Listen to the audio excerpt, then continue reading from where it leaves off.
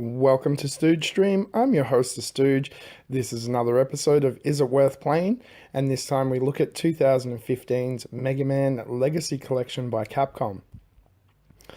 Let me start by saying I've been a Mega Man fan my whole life. My first Mega Man game was Mega Man 2 on the original NES. I'm an old guy, and I loved that game to death. I actually finished it as a kid.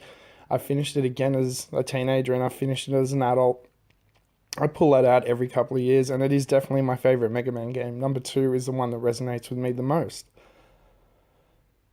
Let's also discuss Mega Man collections, because there was a previous Mega Man collection called the Mega Man Anniversary Collection that came out on PS2, original Xbox and GameCube, I believe, and that contained Mega Man 1 to 8 on it. It was a great collection, really well done, and a great treat for people of my age in that generation to bring back the original Mega Man games.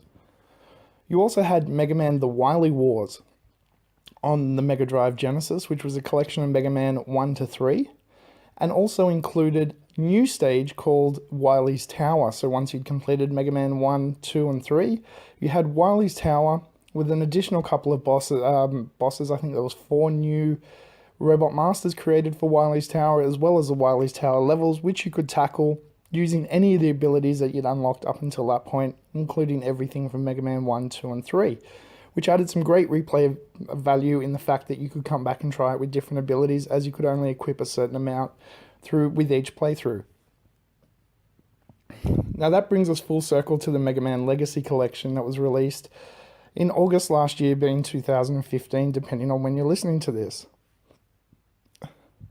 Capcom was basically trying to cash in on the Mega Man Legacy, knowing that KJ Inafune was creating Mighty Number 9, which was coming out in 2016, which was apparently supposed to come out last year, but was delayed over and over and over. And we all know how that ended, but Capcom wanted to get something out prior to that to cash in on the Mega Man hype that was around in 2015. So they came up with the Mega Man Legacy Collection. This collects Mega Man 1 to 6 on a single disc for your PS4 or your Xbox One. What's the presentation like? It looks exactly the same as the Mega Man 1 to 6 games did on the NES. There's no difference whatsoever. The gameplay, the visual presentation, the sound, nothing has been changed. Now that leads me to my first disappointment. There was nothing in this collection that had been upgraded visually, as far as sound, as far as any level of presentation whatsoever. To the point where I'm pretty sure that they're just running an NES emulator in the background, because the slowdown from the original NES cartridges is still included in the games. That is ridiculous. It was 2015, not 1987 when Mega Man was first released. There is no reason for a basic platformer to have slowdown in 2015, especially one that's over 20 years old. That is just insane. Why this was the case, I have absolutely no idea. None whatsoever, but it really hurts the Legacy Collection. Having that slowdown in place, which wasn't even on the Wily Wars. The Genesis port of Mega Man 1, 2, and 3 didn't have that slowdown, so why was it in the Legacy Collection? This just seemed like a really piss-poor effort and a real slapdash, kind of whacked together at the last second collection, and a real bad cash-in by Capcom. Now, if you wanted to make a Mega Man Legacy Collection, why did you only include 1 to 6? That doesn't make sense either. This is a Blu-ray disc that you're putting it on. It's 60 gig. Why didn't we get Mega Man 1 to 8 like you'd already done in the Anniversary Collection? And how about Mega Man The Wily Wars as well? The graphical upgrade to 1, 2, and 3 with Wily's Tower. What about all the Game Boy games? Mega Man 1 to 5 on the original Game Boy. How about Mega Man X 1, 2, and 3? What about Mega Man, the color games, the Extreme series, or the Mega Man games on Game Boy Advance? It just blows my mind. What about Mega Man Legends 1 and 2 and The Adventures of Tronbon? Why weren't they included in it? Like, this just doesn't make any sense. Why would you, like, Mega Man X Command Missions that was on GameCube and PS2? Why wasn't that included? Like, it just doesn't make sense. There's so many, like, more games in the series from that era, from the 8, 16-bit and 32-bit era, that you could have easily included on this collection to make it something worthwhile. I mean, you've already done a Mega Man Zero collection on the Nintendo DS. Why wasn't that included? That was done in 2010. That was 5 years before this. It wouldn't have been hard to just whack a Game Boy Advance emulator on there and throw, a DS emulator on there and throw that on there too. Hell, you put an NES emulator on there. What harm could you have done by giving us those as well?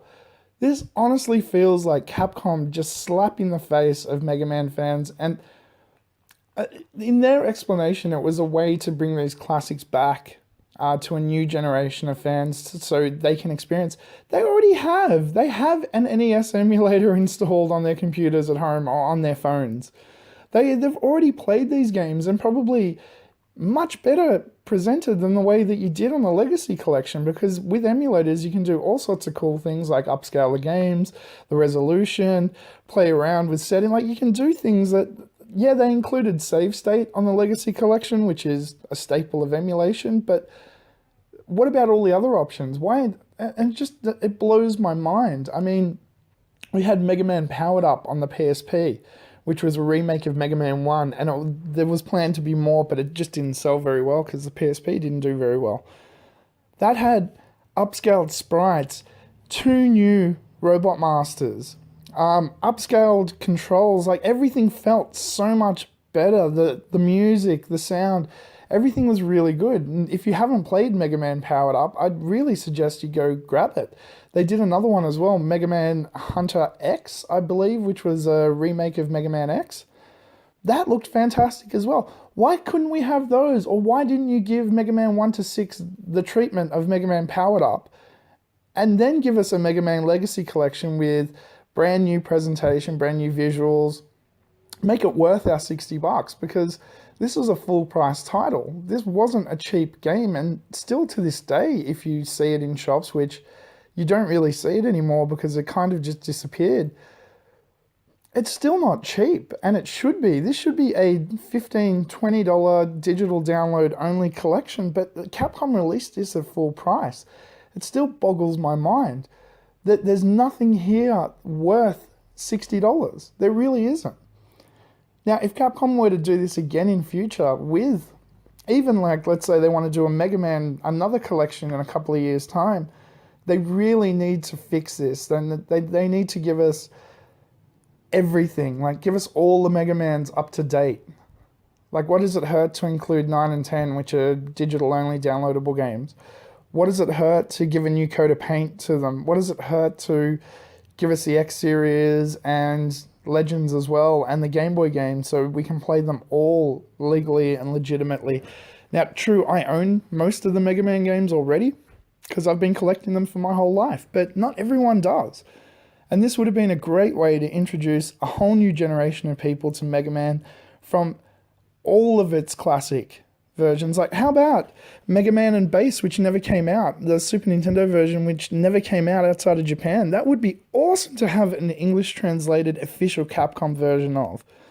Like, again, it still just boggles my mind how, one, Capcom thought that this was a good idea, and two, why somebody didn't talk them out of it. And if, again, they ever attempt anything like this in future with Mega Man or any of their classic, like even Street Fighter, if you're going to do a Street Fighter collection, you need to include Street Fighter 2 Championship Edition, Hyper Turbo, Alpha 1, 2, and 3, Street Fighter 3, what was the sequel to Street Fighter? Double Impact, Street Fighter 3 Double Impact, Street Fighter 4, Street Fighter 4 Ultimate. You have to include everything, or there's no point. You're just wasting not only our money, but your time creating these collections and printing them and putting them out to press and spending money on advertising them. What's the point? Because once bitten, twice shy, I won't be buying another Capcom collection unless it's got everything on it going forward, and unless there's value to it, unless they've done something to these games that I haven't seen before. Anyway, thank you for listening. I'm your host, The Stooge. I hope you enjoyed this rant about Mega Man Legacy Collection.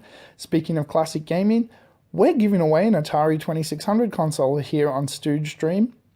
If you just have a look through our videos, you'll see some information on that. Make sure you listen to the video, watch the video, I should say, for all the terms and conditions.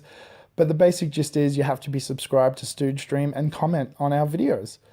Thank you so much for listening. I hope you enjoyed this. There's going to be more Is It Worth Playing coming soon. There's always a whole bunch of streaming content. Our new WCPW recap episode will be up shortly, and lots more. Have a great one.